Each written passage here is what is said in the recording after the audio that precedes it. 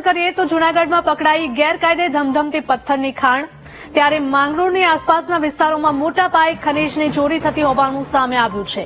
બાતમી મળતા જ સ્થાનિક તંત્રના અધિકારીઓ દ્વારા દરોડા પાડવામાં આવ્યા હતા. કલેક્ટર, મામલતદાર અને પીજીવીસીએલના અધિકારીઓ દોડી આવ્યા હતા. ખાણમાં ખાનગી વીજ કંપનીનો વાયર પણ મળી આવ્યો છે. નજીકમાં આવેલા ટીસીમાંથી વીજ લાઇન ચોરી કરી હોવાની આશંકા છે. ખનીજ ચોરીમાં વપરાતા કેટલાક સાધનો પણ જપ્ત કરી લેવાયા છે.